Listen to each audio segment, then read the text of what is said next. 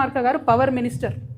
He has every power in his hand to cancel the tender. ఆయన చేసిండు కూడా నేను టెండర్ క్యాన్సిల్. మరి మీకేమైంది లెటర్ రాయడానికి? ప్రధాన ప్రతిపక్షానికి ఉప ముఖ్యమంత్రి గారు, పవర్ మినిస్టరు, అట్లీస్ట్ మీరు రాయాలి కదా లెటర్. మేము అడుగుతా ఉన్నాం, మేమేం డిమాండ్ చేస్తున్నామంటే అసలు ఈ ఎండిఓ సిస్టమ్ ఉండకూడదు. ఎండిఓ అంటే సులభంగా ఏంటంటే సింగరేణికి ఆల్రెడీ ఉన్న బొగ్గు గనికి కంప్లీట్గా లీజ్ ఇచ్చేటటువంటి వ్యవహారం. అంటే మట్టి వాళ్ళే తీసుకుంటారు, బొగ్గు వాళ్ళే తీసుకుంటారు, తీసుకున్న బొగ్గును కూడా వాళ్ళే అమ్ముకుంటారు. అట్లా కాకుండా సింగరేణికి మొత్తం ఇప్పటి వరకు 19 ఓపెన్ కాస్ట్ మైన్లు ఉంటాయి, 22 అండర్ గ్రౌండ్ మైన్లు ఉంటాయి. ఈ 19 ఓపెన్ కాస్ట్ మైన్లలో వచ్చే లాభంతోనే 22 అండర్ గ్రౌండ్ మైన్లో అత్యవసరంగా వచ్చేటటువంటి లాభాలను సస్టైన్ చేస్తూ కంపెనీని నిలబెట్టుకుంటూ కార్మికులను కాపాడుకుంటూ ముందుకు పోతుంటారు. ఇప్పుడు ఉన్న మైన్లన్నీ మీరు వేరే వాళ్ళకి ఇచ్చేస్తే ఆ ప్రాఫిట్ అంతా వేరే వాళ్ళకి వెళ్ళిపోతే సింగరేణికి ఏం మిగులుతుంది? ఇవాళ మేము చెప్తా ఉన్నాం, మార్చిలో కూడా సింగరేణికి జీతాలు ఇవ్వడానికి డబ్బులు లేవు. ఎందుకంటే అంతకుముందు బీఆర్ఎస్ గవర్నమెంట్లో 25,000 కోట్ల అప్పు ఉంది జెన్కో అని చెప్పి మొత్తుకునేది రేవంత్ రెడ్డి గారు సీఎం గారు. ఇవాళ దాదాపు 50,000 కోట్ల అప్పు ఉంది సింగరేణికి. జెన్కో నుండి రావాల్సింది, ట్రాన్స్కో నుంచి రావాల్సిన లెక్క పెడితే అవి ఇస్తలేరు. ఇవ్వకపోతే ఏం చేస్తుంది? సింగరేణి జీతాలు ఇవ్వాల్సిన ప్రతిసారి కూడా బ్యాంకుకు పోయి అప్పు తెచ్చుకుంటాం, మళ్ళీ దానికి మిత్తి కట్టాలి, మళ్ళీ నెక్స్ట్ మంత్ జీతాలకు మళ్ళీ పోవాలి, మళ్ళీ అది బర్డెన్ అవుతుంది. సో అల్టిమేట్గా ఆల్రెడీ నష్టాలలో ఉన్న సంస్థను పూర్తిగా కిల్ చేసేటటువంటి ప్రయత్నం తప్పితే ఇది సింగరేణికి కానీ, సింగరేణి కార్మికులకు కానీ, తెలంగాణకు కానీ లాభమయ్యే అంశం కాదు. మేము తెలంగాణ జాగృతి తరఫున బట్టి విక్రమార్క గారికి ఉత్తరం రాస్తూ ఉన్నాం. ఎండిఓ సిస్టమ్ దయచేసి రద్దు చేయండి. మీరు ఆల్రెడీ 9 టెండర్స్ రద్దు చేసిండ్రు. Let Singareni do it's open cast in 9. ఎందుకు చేయలేం మనం? అక్కడెక్కడో రాజస్థాన్లో పోయి పవర్ ప్లాంట్ పెడతారు, ఇంకెక్కడో గుజరాత్లో పోయి ఇంకో ప్లాంట్ పెడతారు. ఒరిస్సాకు పోయి మీరు చేయండి ఓపెన్ కాస్ట్. ఎందుకు చేయరు? ఇప్పుడు ఈ ప్రైవేట్ కాంట్రాక్టర్ కూడా పోవాల్సిందే కదా. మీరు ఒరిస్సాకు పోయి ఓపెన్ కాస్ట్ చేస్తే అక్కడ వచ్చే ఉద్యోగం వచ్చే పిల్లాడు మనోడు వస్తాడు. తెలంగాణోడుకు 2 లక్షల రూపాయలు వస్తుంది, జీతాలు వస్తాయి, లాభాలలో వాటా వస్తుంది. ఆ లాభం 25,000 కోట్ల లాభం సింగరేణికి యాడ్ అవుతుంది. నా కార్మికుడికి ఆ లాభాలలో వాటా వస్తుంది.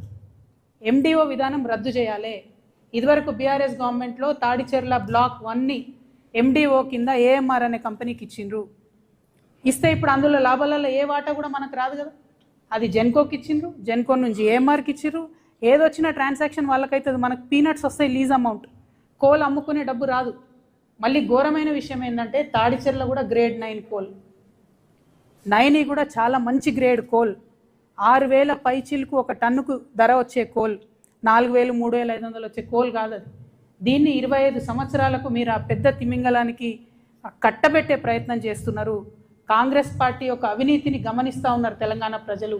దయచేసి ఈ విధానాన్ని రద్దు చేసుకోండి. ఈ టెండర్ మీరు ఆల్రెడీ క్యాన్సిల్ చేసి అట్లనే ఉంచండి, క్యాన్సిల్ చేయండి. కానీ at the same time BRS యొక్క డొల్లతనాన్ని కూడా మేమందరం కూడా గమనిస్తూ ఉన్నాం.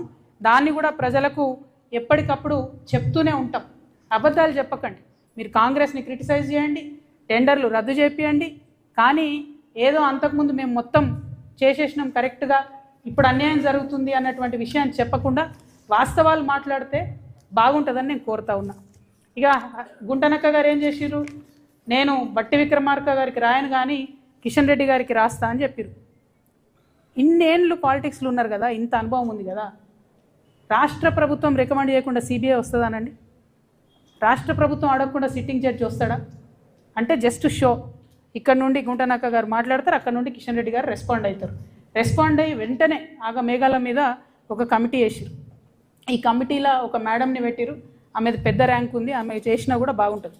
కానీ ఇంకొక ఆయనని పెట్టిండ్రు, మారుపల్లి వెంకటేశ్వర్లు అనేటటువంటి వ్యక్తిని పెడితే వారు AGM rank, assistant general manager rank. ఆయన ఇక్కడ నుండి కోల్ ఇండియాకు పంపించారు. ఆయన ఆల్రెడీ అసిస్టెంట్ జనరల్ మేనేజర్. ఆయన ఇక్కడికి వచ్చి ఎవరిని అడుగుతాడు? తప్పు చేసినావు అని సీఎండీని అడుగుతాడు. ఆయన సీఎండీ గారితో మాట్లాడతాడా? మాట్లాడిన రిపోర్ట్ ఇస్తాడా? ఎందుకంటే ఈయన డిప్యూటేషన్ మీద పోయిండు, అయిపోయినాక మళ్ళీ వచ్చి సింగరేణిలో పనిచేయాలి. ఇది ఎందుకు వేసినట్టు అసలు ఈ కమిటీ అన్నది అర్థమవుతలేదు. కిషన్ రెడ్డి అన్నగారు దీనికి సమాధానం చెప్పాలి. ఇది కరెక్ట్ కాదు. నిజంగా మీరు వాస్తవాలు నిగ్గుదేల్చాలనుకుంటే సైట్ విజిట్ కంపల్సరీ అనే నిబంధనను క్యాన్సిల్ చేయాలి. గ్లోబల్ టెండర్లు, పారదర్శకమైన టెండర్లు అన్నీ ఓపెన్ కాస్ట్ మైన్లకు సింగరేణిలో పెట్టాలి. ఎండిఓ విధానాన్ని ఖచ్చితంగా రద్దు చేయాలని మేము డిమాండ్ చేస్తున్నాం. దాంతోపాటు కిషన్ రెడ్డి గారు నేను ఇంకొక మాట డిమాండ్ చేస్తున్నా. ఆంధ్రప్రదేశ్లో బొగ్గు నిక్షేపాలు ఉన్నాయి, తెలంగాణలో కూడా మన శ్రవణపల్లిలో, అట్లనే పెనగడపలో, సత్తుపల్లిలో, కళ్యాణకనిలో, కోయగూడెంలో, మన్గూరులో కొత్త టెండర్స్ కొత్తవి ఉన్నాయి, బొగ్గు బ్లాకులు. అవన్నీ కూడా ఇవ్వాలని చెప్పి నేను అవన్నీ కూడా తెలంగాణకు సింగరేణికి అలొకేట్ చేయాలని చెప్పి కిషన్ రెడ్డి గారిని నేను డిమాండ్ చేస్తూ ఉన్నాను. మీరు అది చేయకుండా మేమేదో మైనారిటీ స్టేక్ హోల్డర్సు, మాకు సింగరేణిలో ఏం చేయడానికి లేదు కాబట్టి ఏదో మేము పాపం చూసుకుంటా నిల్చుంటున్నాం అని చెప్పి చెప్పడం కరెక్ట్ కాదు. కోల్ ఇండియాలో ఉన్న అనేక విధానాలను కోల్ ఇండియా కన్నా బెటర్గా మరి కార్మికుల విషయంలో పర్టికులర్గా సింగరేణిలో మేము ప్రయత్నం చేసి ఇప్పించుకోవడం జరిగింది.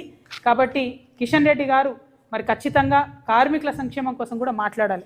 త్వరలోనే సింగరేణిలో ఎన్నికలు కూడా రాబోతూ ఉన్నాయి. మరి అధునాతమైనటువంటి ఫార్మసీలో మందులు కావచ్చు, హాస్పిటల్స్ మంచిగా చేయడం కావచ్చు, పెండింగ్ ఉన్నటువంటి ఆఫీసర్స్ బిల్లులు కావచ్చు, పెండింగ్ ఉన్నటువంటి కార్మికుల బిల్లులు కావచ్చు, పెండింగ్ ఉన్నటువంటి రిక్రూట్మెంట్స్ కావచ్చు, ఇవన్నీ కూడా మరి కిషన్ రెడ్డి గారి దగ్గరుండి ప్రయత్నం చేసి సింగరేణి కార్మికులకు ఇప్పియాలని కూడా నేను కోరుతా ఉన్నాను. మరి ఒకటి కాదు, రెండు కాదు, బీఆర్ఎస్ హయాంలో కూడా ఇదే నిబంధన వేరే వేరే డాక్యుమెంట్స్లో ఉండే అని చెప్పడానికి ఇవన్నీ సింగరేణివే, వేరే వేరే కాదు, ఇవన్నీ ఉన్నాయి. ఇవన్నీ దాచిపెట్టి మరి బీఆర్ఎస్ పార్టీ మాట్లాడడం అన్నది కరెక్ట్ కాదు. ప్రధాన ప్రతిపక్షంగా ఉన్నప్పుడు మీరు ప్రజల పక్షంగా ఉండాలి తప్పితే కాంట్రాక్టర్ల పక్షాన ఉండకూడదు. ఇది కరెక్ట్ కాదని చెప్పి నేను మీకు కోరుతా ఉన్నాను. మరి దీంతోపాటు నిన్న మొన్న నేను ప్రెస్లో చూసిన మా మహేష్ కుమార్ గౌడ్ గారు మా నిజామాబాద్ కాబట్టి ప్రేమతో అన్న అని పిలుస్తున్నా, కాంగ్రెస్ పార్టీలు ఉన్నా కూడా అన్న అని పిలిచే వ్యక్తులలో ఆయన ఒక్కరు కాబట్టి మహేష్ కుమార్ గౌడ్ గారు చిట్ చాట్లో చెప్పిరని విన్నా. నేను స్వయంగా ఆయన బయట అయితే చూడలేదు. అదేందో నేను కాంగ్రెస్లోకి వస్తా అంటే ఆయన వద్దన్నాడట. నేను మహేష్ అన్నని చెప్తున్నా, అన్న కాంగ్రెస్లో ఏం లేదు, అది లూజింగ్ పార్టీ, ఓడిపోయే పార్టీ. నెక్స్ట్ టైం కాంగ్రెస్ రాదు తెలంగాణలో. నెక్స్ట్ టైం తెలంగాణలో మా జాగృతి పార్టీ గెలుస్తుంది. మిమ్మల్నే మహేష్ కుమార్ గౌడ్ గారిని నేను జాగృతిలోకి ఇన్వైట్ చేస్తున్నా. మీకున్న ఎక్స్పీరియన్స్తోని మీకు మంచి పోస్ట్ ఇస్తామన్నా, నేషనల్ కన్వీనర్ ఇస్తాం, మీకు మంచి పోస్ట్ ఇస్తాం, మీరే రండి. మేము చాలా సీరియస్ పొలిటికల్ పార్టీగా చాలా పెద్ద ఎత్తున ప్రజల వద్దకు వెళ్తాం. భగవంతుడి దయతోని, ప్రజల దయతోని తిరుగులేని రాజకీయ శక్తిగా ఈ రాష్ట్రంలో ఆవిర్భవిస్తాం. కాబట్టి మీరు నన్ను బద్నాం చేసే ప్రయత్నం చేయొద్దు. నేను వస్తాను కాంగ్రెస్ పార్టీలోకి మీకు చెప్పడం, మీరు వద్దనడం, ఇవన్నీ మీకు కలవడ్డది కావచ్చు అన్న. ఏమనుకోతే ఎవరికైనా చూపించుకోరు, జర బొట్టు గిట్టు పెట్టించుకోరు. నా రిక్వెస్ట్ ఏంటంటే ఇటువంటి ప్రయత్నాలతోని నా వ్యక్తిత్వాన్ని దెబ్బతీసే ప్రయత్నం చేయొద్దు. మేము మంచిగా మా పార్టీ తయారు చేసుకుంటున్నాం, విధి విధాలను తయారు చేసుకుంటున్నాం, కమిటీలు వేసుకున్నాం, మంచి జోరుదారు తయారీలు ఉన్నాం మేము. అంతేగాని ఎవరి కోసం వెయిట్ చేస్తలేం. సమయం వచ్చినప్పుడు ఖచ్చితంగా ముందడుగేస్తాం, సమయం సందర్భాన్ని బట్టి ముందుకెళ్తాం. ఇటువంటి ప్రయత్నాలు చేయొద్దని కాంగ్రెస్ పార్టీ నాయకులకు మాత్రం నేను తెలియజేస్తూ, ఇక్కడున్న పత్రికా మిత్రులకు, సింగరేణి కార్మికులకు ముఖ్యంగా మేము మీకు భరోసా ఇస్తున్నాం. ఈ రాష్ట్రంలో ఎవరు కొట్లాడకున్నా హెచ్ఎంఎస్ తెలంగాణ జాగృతి సింగరేణి కార్మికుల పక్షాన నిలబడుతుంది. మెడికల్ బోర్డు కోసం కొట్లాడుతుంది, అలియాస్ నేమ్స్ కోసం కొట్లాడుతుంది. ప్రతి ఒక్క